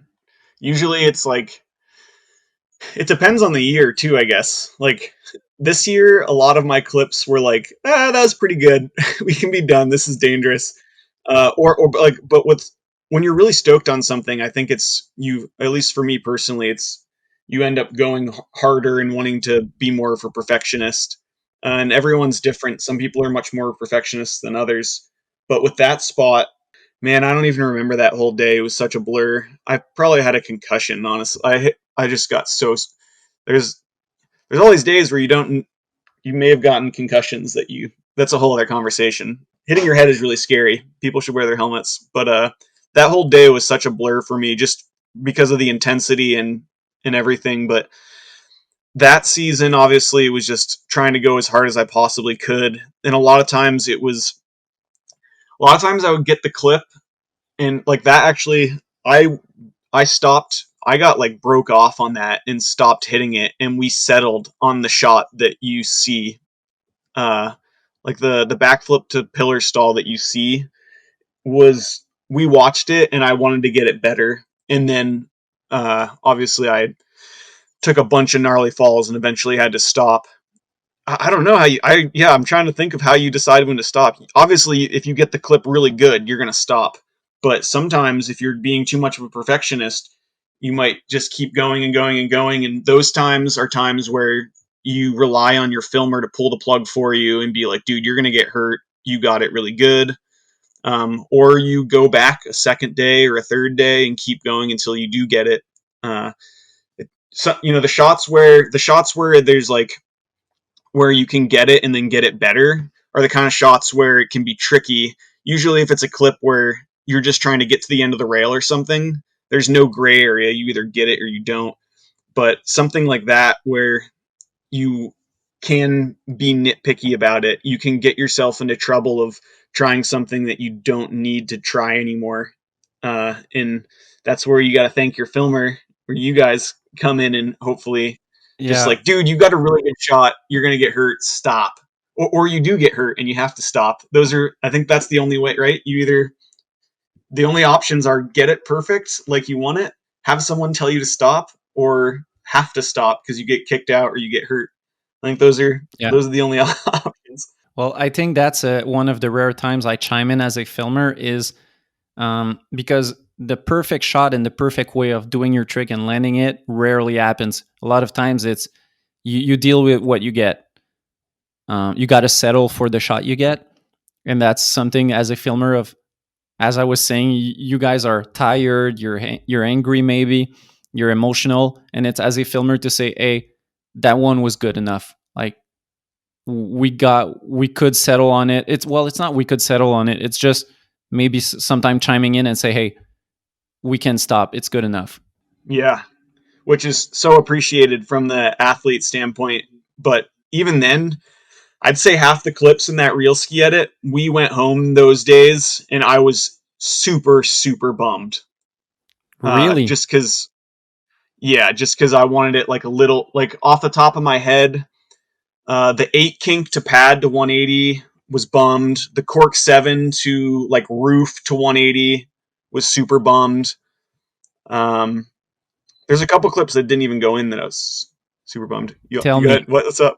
tell me. Well, because you were going between a lot of shots. Tell me, either the kink rail to pad or the cork 7 to 180. What were you bummed about? Because that's always something that I like to go back and forth with the skiers. Is like, as someone who wasn't at the spot and who added the trick in mind, I'm looking at those and I'm like, oh, those are so dope. Those are so perfect. So the 8 kink to little pad to 180, I come off like a little bit. It's funny, I haven't watched it in so long, and I can pull it up in my head perfectly now. I remember reviewing it with Jake and him being like, "It's good enough," but I come off a little more outside the left side of the rail than I want to. I wanted to be like pretty much. Obviously, I had to come off a little bit to the left to get onto the pad, but I come off a Mm. little earlier and a little more left than I wanted to. And my arms, if I remember correctly, kind of come up like a little bit. And they kind of have to, but um, being that it's a pad that you could accidentally come off onto the side of very easily, I was worried that it looked unintentional. Like, sometimes when people hit like some kind of multi kink rail and they do like a 450 off the last flat and it's over the last down, and sometimes you're like, were they coming off and they just huck the spin off of it? I was worried it kind of had that kind of potential where it's like you couldn't tell that the pad was on purpose. You couldn't slide that whole rail. Like if you did, it would look really bad because the pad is like a little bit in the way of the last down. But I was worried that you wouldn't be able to tell, and so I wanted to be like very, very perfect. So I was bummed about that. We went back the next day actually and got kicked out immediately, and I had just taken like 12 ibuprofen and 12 Tylenol for my Achilles tendon, which was like partially ruptured, like I mentioned, and so I tried to like throw it all up because I was like, this isn't worth my liver. Mm. I like drank like a huge coffee and took all this Tylenol and ibuprofen, and then we immediately got kicked out. And I was like, "Ooh, like this is gonna take like a lot of life off my liver. I need to get it out of me." um, but so that was anyway. Sorry, I'm going off on all these tangents. That's really a dope behind the scenes, and it gives a lot of context as to something that people might not even think about. But yeah, you're getting beat up spot after spot, and then you need to use some modern medicine to keep you going. Yeah. Well, people have been like, "Why didn't you just take like Vicodin or something?" I was like, "Oh, it's a slippery slope." But then the Cork 7, I didn't get the grab very well. Like, I don't remember it even. I think I was trying mute and blunt, and I can't remember which one we ended up using Blunt. in the video. It was blunt. Yeah, and the blunt is like I either tindy it really bad or like I like barely brush my hand on the tip. I can't remember which one we ended up going with, but You're uh grabbing it, but like not on the tip. You're maybe 3-4 inches from the tip. yeah, that's especially today that probably didn't age very well. Well, it's But still a Cork 7 blunt to what is it, like a 30 feet drop to a roof, and there you didn't put any landing on that roof. It's like dead flat. Like that's something yeah, that on you guys, that's the thing. You guys are so good and have done it for so long that you have such high expectations for what you do.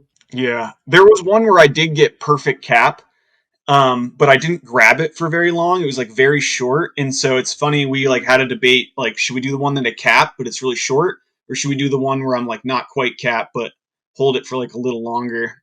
But I just remember being super bummed with that one too. But my legs, that impact was so intense, and it was like the snow on the roof was compressing, and we didn't have another person. Filming these real skis is tough because we didn't have another person for that. So I was actually skiing down this like long suburban road, and I had to like ski through like a stop sign where there was like sometimes cars coming through, and like I was calling Jake on my cell phone to tell him drop. It's like such a long hike. And it was so I was like, my body was like so exhausted and my legs were just getting so worked from that impact. And I just wanted to get perfect cap blunt and hold it for like a reasonable amount of time. And so we got a few different ones that kind of worked. And I also wanted to do cork 9 to 180 like Dale does in that contest video that he won 100 grand.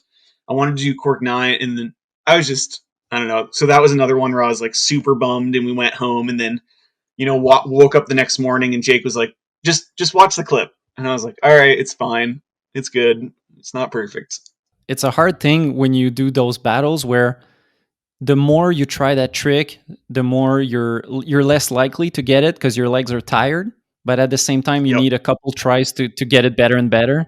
Yeah, and plus, as you said, hiking up that whole road must have been tiring. I had that same exact thing with Belmar this season with when he would have to hike up a mountain or like a small hill, and same thing. He would call me on my cell phone saying, "Okay, drop." That's No like way. That's hilarious. yeah, and that's like forget about the rail, forget about trying the trick. It's like I don't know like how many meters he hiked up that day, but just that in itself is like the craziest workout. Yeah, and then it's like an extreme workout, but then you're also doing something that's very, very dangerous and difficult.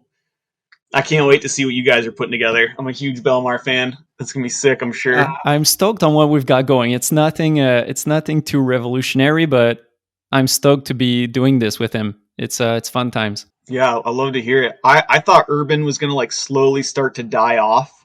I thought we were gonna be like the only urban generation, but it's so cool to be getting older and seeing all of these other guys take the reins and do all this new cool stuff, and even guys like Belmar, who is like has done like some legendary urban and then obviously was like super successful contest guy, to like see that like the I can't call Belmar an old guy because he is not. He'll always be like young, crazy guy to me. But someone who has been around the block and done it all, I think is a better way to put it.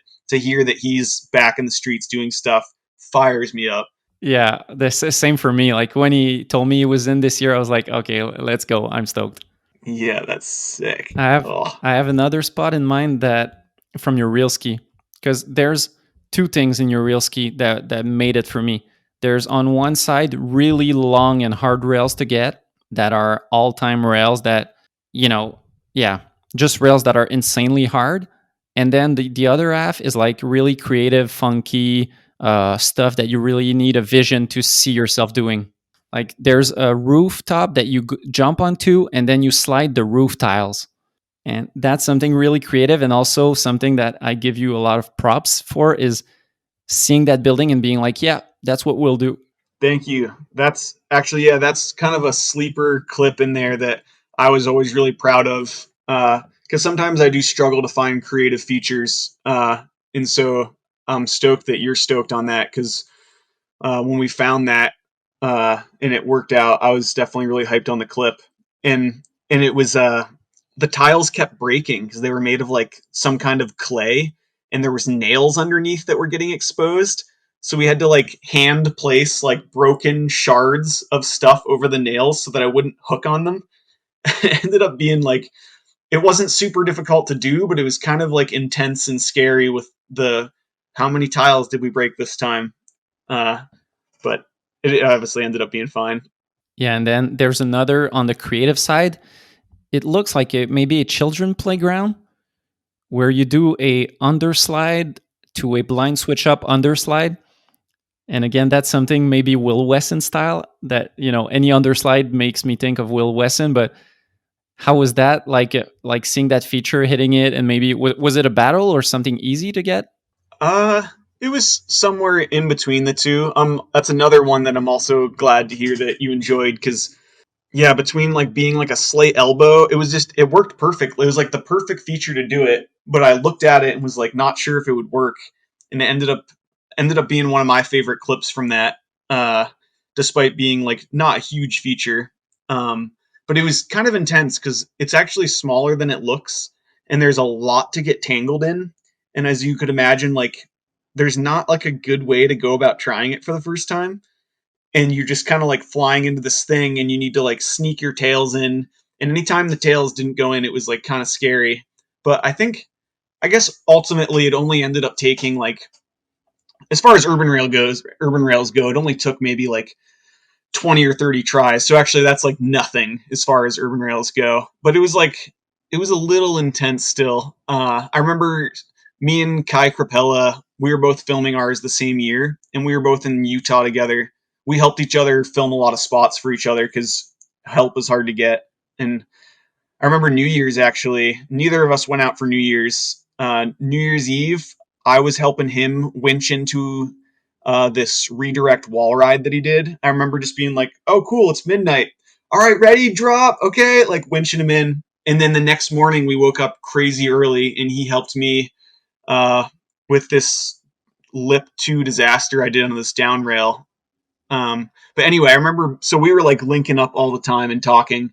And I remember being in a bar with him after the night after I did that that underslide feature that you were talking about, and trying to describe it to him. And then I showed him a picture on my phone that I took of it, and it's just this little, there's no wide angle. It's just like this crappy photo in this playground. And he just laughed at me. It was like, that looks really dumb. And it did look really dumb. And then he mentioned it this year when I talked to him. He always mentions it, that he saw a clip and was like, that was the coolest thing ever. I'm so sorry. I thought it looked dumb. But I was like, no, it totally did look dumb. But Yeah. sometimes, sometimes it's like the vision is, sometimes it's the finding the spot or coming up with the idea that's the hard part, which is why creativity in urban skiing is like cool, that it's taken so seriously and is such an important part of it, because it's not always about being the best skier. Sometimes it's about having the best vision. I totally agree with that, and that's something that I was talking to Payben. Is uh, the bunch as a crew are famous for that. Of, well, at least in my mind, is finding spots that, as you said, for that playground stuff, is you might look at it, and for a lot of skiers, they might look at it and not even think a thing, but they have a vision of a certain trick, a certain way of doing it, and filming it.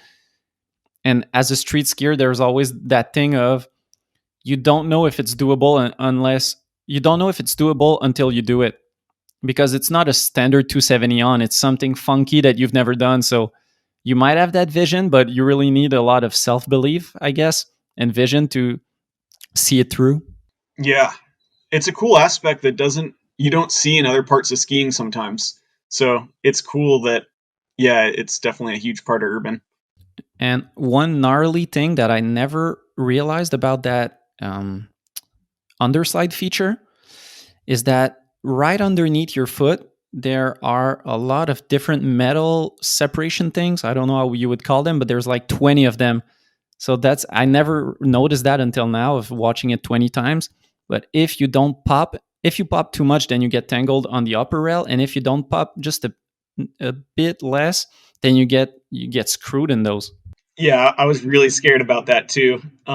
It never ended up being an issue. I don't think I ever had a ski tip go in there, but I was very, very scared of that too. That was the first thing I saw, was like, oh no. If I was worried I was gonna like blow my knee or something getting tangled up in one of those, but it ended up being okay. Yeah, and then your part is, crazy shots after crazy shots. You do a 370, whoa, a 360 switch up, 360 switch up, 270 out on a gnarly rail. You do a lot of crazy kink rails of like double elbows. But one that stands out to me is it a bridge? It's not clear what it is. It's like it's a up flat down rail, but what is it Yeah. exactly? Yeah, man, you're hitting all of my favorite clips from the video. Because that's actually my personal favorite clip in the edit. You do the up part of the rail, gap the whole flat part, doing a underflip, let's say, and then land on the down and stomp it to switch. And that's something so nice about that shot. Like, there's a side angle with the sunset, I think, maybe sunrise, or anyway, you see the sun, and then the real Yeah. shot. It's big, it's stomped. It's something that takes so much commitment, speed, everything. It's crazy. Thank you. Yeah, yeah, everyone was hyped on the backflip to pillar, which I get because it's kind of like crazy looking. But that was the flip up. I'd always wanted to do the first urban flip up. I don't think anyone's done one or had done one. So I like we that whole season we were looking for something to do it on, and it's actually at like a mountain bike park, and it's like I think there's like a rhythm section you can like bike under it or bike over it and like air over it. And snowboarders have hit it before, so I didn't find that's not like an original spot. I was trying to find the right spot for the trick basically. But yeah, it's just like a random bridge. And that one was a struggle. And actually that was another one that I had to like walk away from, because I spent the whole day before. So that raw edit of all the falls actually doesn't have Jake didn't film. That was the one clip, or one of a couple clips that Jake didn't film. We filmed all of December, and we were so tired, and I thought my Achilles was going to snap. It was in so much pain, and we got like these last couple clips and then broke off to go home for Christmas to take a week off. I like needed to heal. We agreed that like it would be healthy for us to take a week off. And with my Achilles feeling worse and worse every day, it was like we should take a few days off. And I drove the traveling circus van, which the guys let me borrow, thankfully, for all this. I drove it from Oregon all the way back to Vermont for Christmas. It took me like 3 or 4 days of straight driving. Dude, that's not a vacation. No, it sucked. It was miserable. I did a lot of it alone in the snow. I picked up Will Weston in Chicago. It was like such a nightmare. You drove from Oregon to Vermont alone? To Chicago alone, and then with Will Wesson the rest of the way. So like most of the way alone. That's gnarly. Like I've done that with ABM from Montreal to Mount Hood. It's one gnarly drive. Like it's long. Yeah, it's not fun. But I don't. Yeah, it was like no getting a plane ticket, and I don't know why I decided to drive, but I did. Um, but then even worse, I got home and 2 days late. I got home like Christmas Eve. The next day was Christmas, and then I think the day after, Salt Lake City got like a foot of snow, and I had been home for like 2 days, less time than I had been driving across the country. And oh, you know what?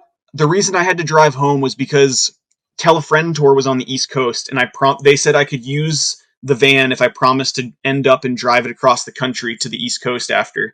And we thought we were going to end up in Minnesota, so I was like, "Oh yeah, I'll just drive from Minnesota home." Turns out we went the opposite direction, and we're in Oregon, and I had to get it to Andy in New York in like 2 or 3 days. So we broke off for Christmas, and I drove it all the way to New York for him because they let me borrow it. It was a fair trade. But then was home for 2 days, and it snowed over a foot in Salt Lake City, and I really wanted to do that flip up rail. So after all that driving and needing a break, I bought an immediate plane ticket for the next day, after the day after Christmas.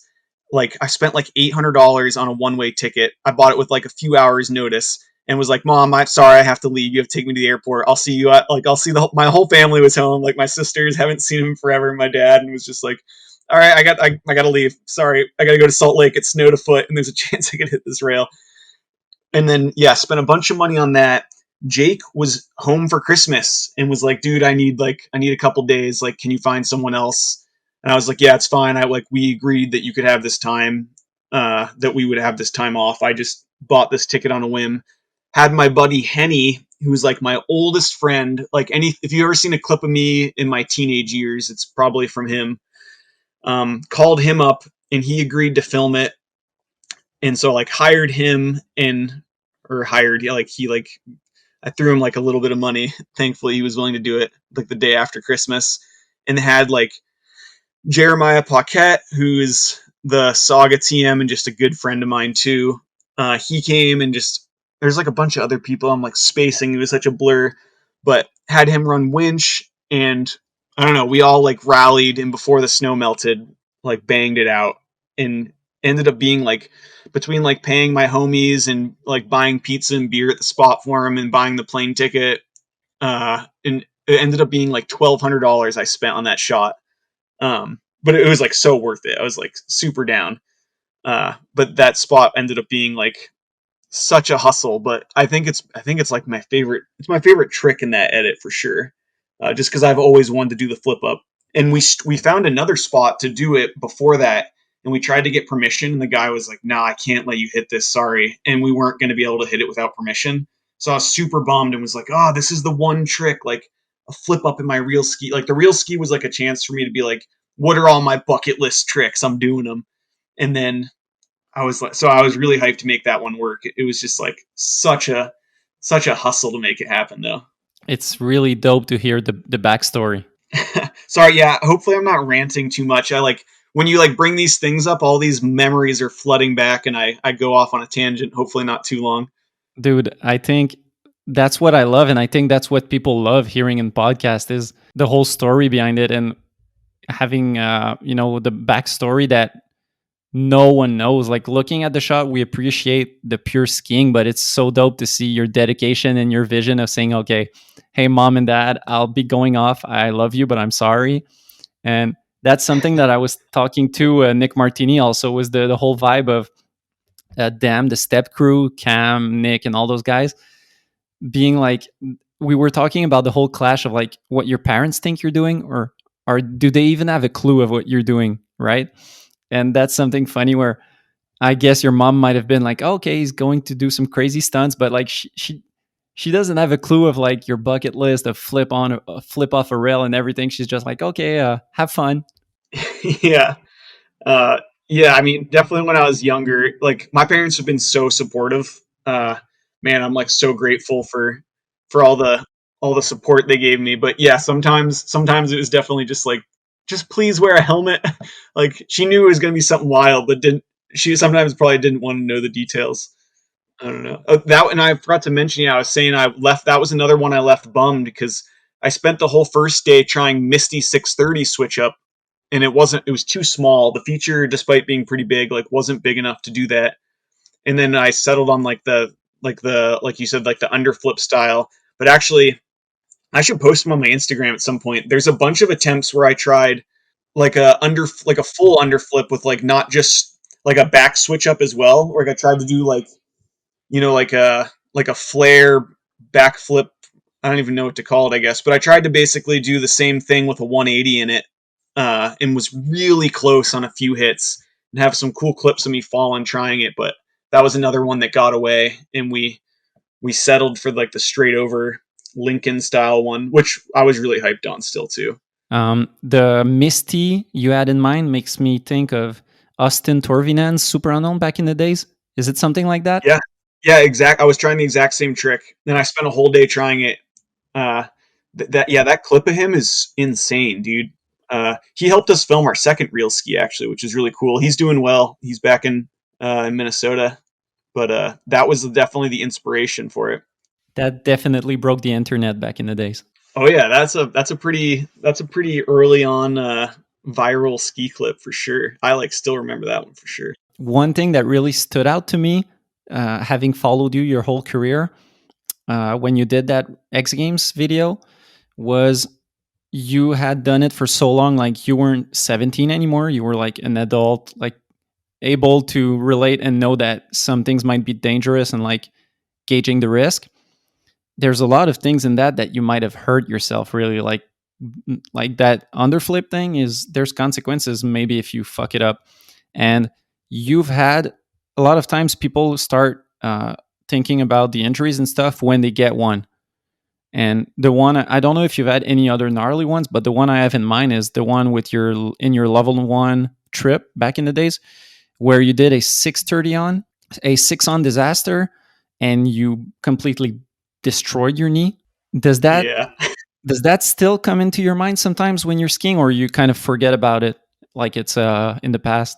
Uh, it definitely does. There was a feature when I was with Tom and Tucker this year that I was worried about the same thing and actually brought that up. Was like, this would be a good. I was like, let's make sure we do this because this is the rail I would break my kneecap again on. Uh, and so I'm like, clearly, like I wouldn't bring it up if it was like still bothered me. Like I think I'm able to see it pretty objectively, but I think part of urban skiing is like if you want to urban ski for a long time, not just for a couple of years, I think you have to be really comfortable with like trying to figure out how you're going to get hurt and then figuring out what you can do to make sure that doesn't happen. It doesn't bother me anymore. My knee is definitely not the same, and I wear knee pads when I ski now, so clearly it's still somewhat present in my mind. But I would say, if anything, it drove me to ski harder than it did. It was like a career defining moment of like, will this be the end of my ski career or will this be like the point where I take it one step further?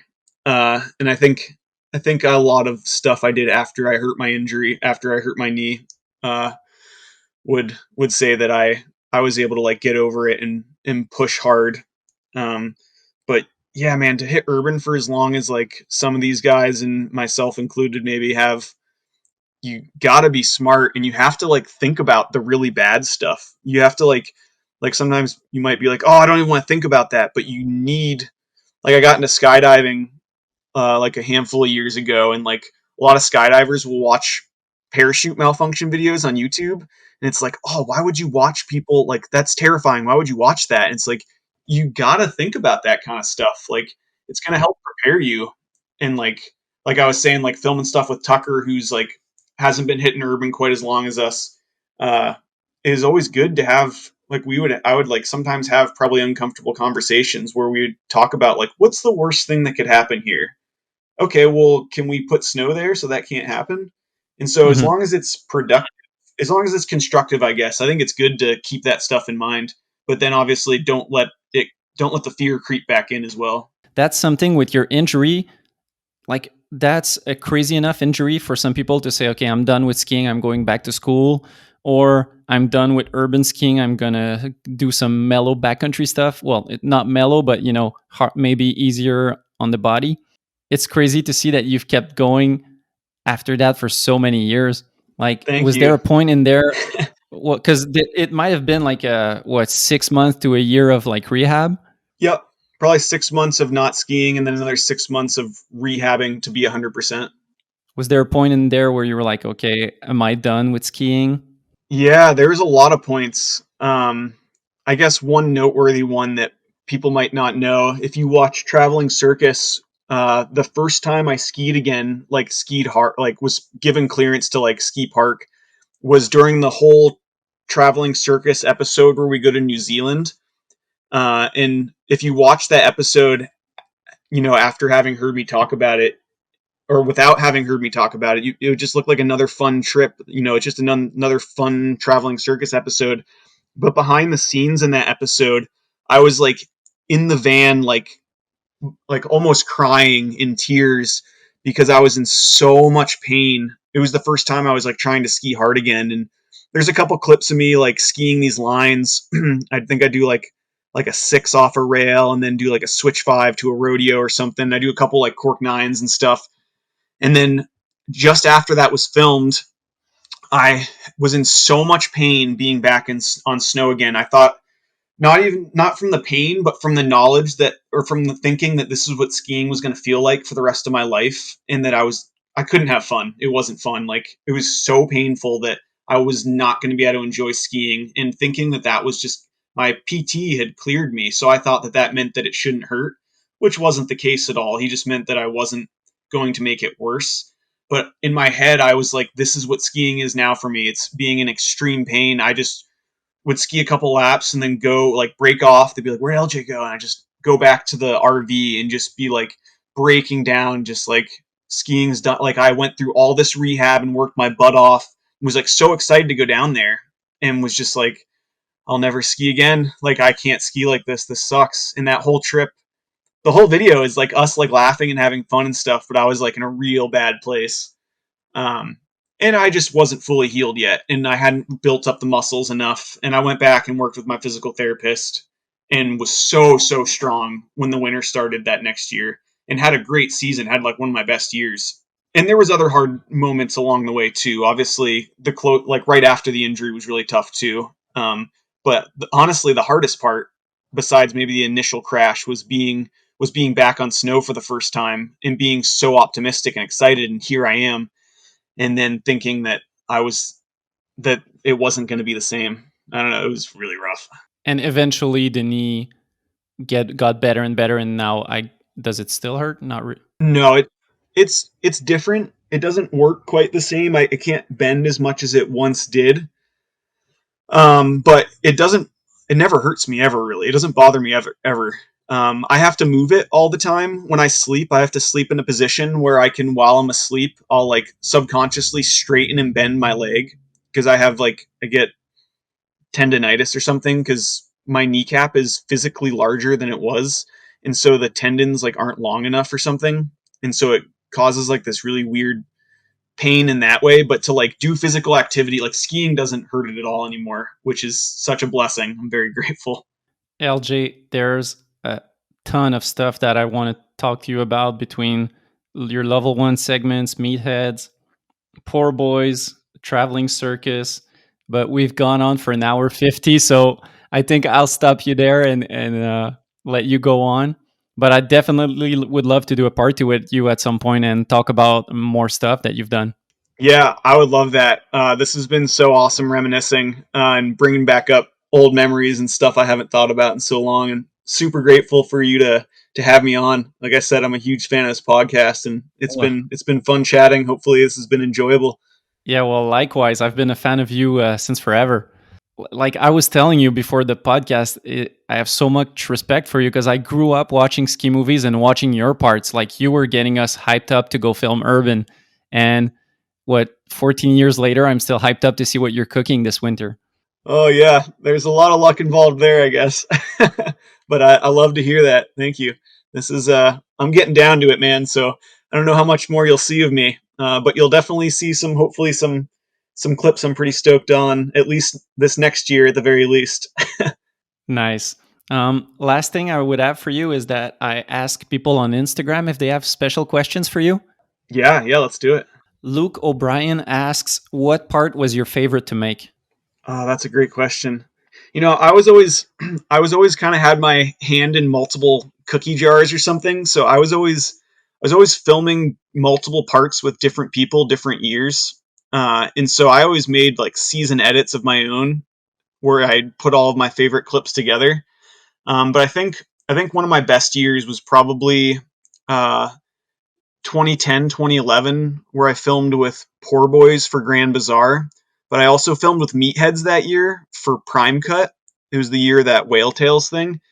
So those two segments are like two of the ones that I'm most proud of or enjoy the most. I think that was kind of the height of my, just for pure ability, my ski career. And I made like a 2010, 2011, like made like a 20-minute cut or something, or maybe two 10-minute videos that I think are some of my favorite, most proud of segments. But then maybe my first real ski too. I don't know if it's my favorite, but it's one that I worked really hard on. So probably those two. Yeah, you have a lot of great segments with every company that I mentioned, but I think it happened to me this fall where a friend of mine that is not familiar with urban skiing was telling me like, "Hey, show me like the best urban skiing there is. Like if you had to show me what it is." And I think I was showing him your real ski and maybe like Clayton Villa's Mutiny segment, but like it's it's as good as it gets really, your real ski. Thank you. I like as I said, I worked hard enough that I always appreciate hearing that. Congrats again on that because it's a crazy segment. Yeah, I'll move on to the other question. The Instagram name is in French. Salut, moi c'est Raph, which means hi, this is Raph. Um, asks, what is the stupidest trick you've ever tried? Oh man. However you define stupid. Oh man, that is. I'm looking back through like I'm trying to think through all the years the stupidest things I've tried. I'm trying to think of stuff that didn't work out. Probably the backflip to pillar, man. I know it ended up working out, but like that wasn't the initial idea for it. I initially was just gonna try to like redirect into the front of the pillar, and then Mm. went too big on one and landed on top of it, and then was like, and then like they were like, "Oh, don't try that. That's a bad idea." I think it was really lucky that it worked out, and Jake Doan was there and helped me film that. And the jump was too poppy, but it needed to be poppy to land on top of it. But he was arguing that we should make it less poppy, and I should just pop really hard to get on top of it. But if he hadn't done that, I would have gotten like, there was definitely the potential to like slip out and like slam with my back into the like side of the pillar and then just eat it. So yeah, even though that one worked out, I think that was kind of a bad idea. Or the 630 where I broke my kneecap. I guess that too. Yeah, I agree. Like you had a good enough shot of a 450 on pretzel, and that was really like the time of when people were pushing it. Because when I saw the shot of you trying a 630 on, I was like, oh my god, okay, he's going really all in. Like 450 on pretzel is not enough. Okay. Well, Tom had just done. So that's probably the stupidest thing, yeah, because it wasn't successful and was such a horrible injury. But Tom had just done a 630 onto this down ledge, and I just heard about it and hadn't seen the shot, but knew he did it. So I was like, all right, I got to do 630. that was a stupid decision. But I'm not one to have regrets, so it is what it is. Next up, maxbailey.ca asks, are you a nostalgic person at all? Do you hold on to gear from the past? Yeah, I know Max. We go like way back. Good to hear from you, Max. Um, yeah, I don't like to be nostalgic, but I definitely am. And I mean that's why like all this reminiscing has been so fun. But I mean, yeah, I just there's been so many intense moments and trips and fun things I've gotten to do that I'm very grateful for. That it's hard not to be nostalgic. Even those times back at Smugs, which is my home mountain, like super nostalgic of all my older friends like Henny and John Fay and these other guys that dragging me around in their car so I could ski more places. Definitely a nostalgic guy. RPB doesn't have a question. He just says, just tell him that I love this photo and it's hanging in my office, talking about the whale photo. Yes, dope. Just like we were talking about. I really appreciate that. I think people sometimes worry when random kids will be like, "Oh, I loved your reel ski," or like, "I have that photo." Like, I hope I'm not annoying you. It's like, no, it validates everything that I've worked so hard to do. Like, super grateful to hear that. Thanks for having that poster hung up. It was a really memorable day, so appreciate it. Freddie Furl asks, what are some of your favorite shots you've ever gotten? There's a long list of that. That's a tough one for sure. I think without even thinking about it, one that just randomly jumped into my head out of nowhere was this one the year I broke my kneecap filming with Traveling Circus in Europe. I did on an up flat down. I did a front swap to back 3 swap to Pretz 2, and that was one, especially at the time, it felt like very it felt pretty progressive, and it was really hard to get, and it almost didn't happen. It was getting dark, and looking back now, it's definitely one of the more technical things I've ever done, and pretty proud of that one. That just kind of randomly pulling that out of my head, but I really pretty proud of that one. Dude, I was thinking about the same shot. Like, I remember seeing that episode. Like, we were filming street at that time, trying to push ourselves, and we saw that shot, and we were just like, "Oh my god, that guy is just so good!" Like, front switch up to back 360 switch up, and then where you land, you're at the end of that rail, and you pull out the pretzel so quickly. We were like, we were shook. Thank you. Yeah, I feel like it seems like we have pretty similar taste on like the skiing that we've watched or enjoyed. So yeah, love to hear that. That was a wild one for me. Did it take like 100 tries? Yeah, it was a battle for sure. To the point, like I said, it was really dark. I spent a ton of time. I actually did like the post production, like you can tell the clip isn't very like the video isn't hard to it's not very clean. It's because I spent like a ton of time trying to brighten it properly, and I'm not the guy to do it, but I was like being very nitpicky about it because I was so hyped on it, but it was just about to be no more light, and I was getting so close, and thankfully it rode away from the one. No. Yeah, it's a crazy shot. You should post it back up on Instagram to show like the younger generation might not have seen it, but yeah, that shot is super dope. Yeah, that was 10 years ago. How crazy is that? That's it for the Instagram questions. Thanks a lot for coming in. I really appreciate it, and hope you have a great end of your season. Yeah, thanks so much once again for having me. Yeah, I hope you guys have a good end of your season as well, and yeah, look forward to chatting again soon. Cheers, man. So this is it for episode 15. It was really good chatting with LJ, and I'm really looking forward to do another episode about his whole career. Big thank you to this episode's sponsors, Access Board Shop, J Skis, Treefort Lifestyles, and Planks Clothing. Peace.